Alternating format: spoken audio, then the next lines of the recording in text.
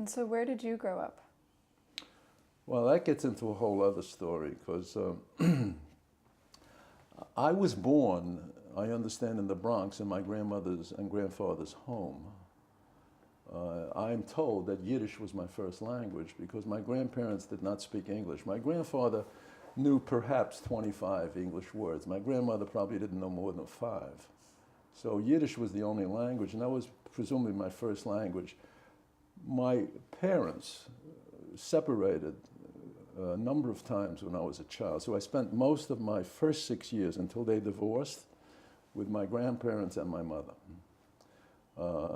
They divorced when I was 6. So I was the only Jewish kid in the universe whose parents were divorced.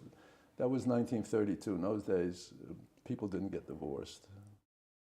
But the first 6 years I lived on what's called the Irish West Side. So most of my friends were not Jewish. Most of my friends were Irish. I lived on the west side of Manhattan. And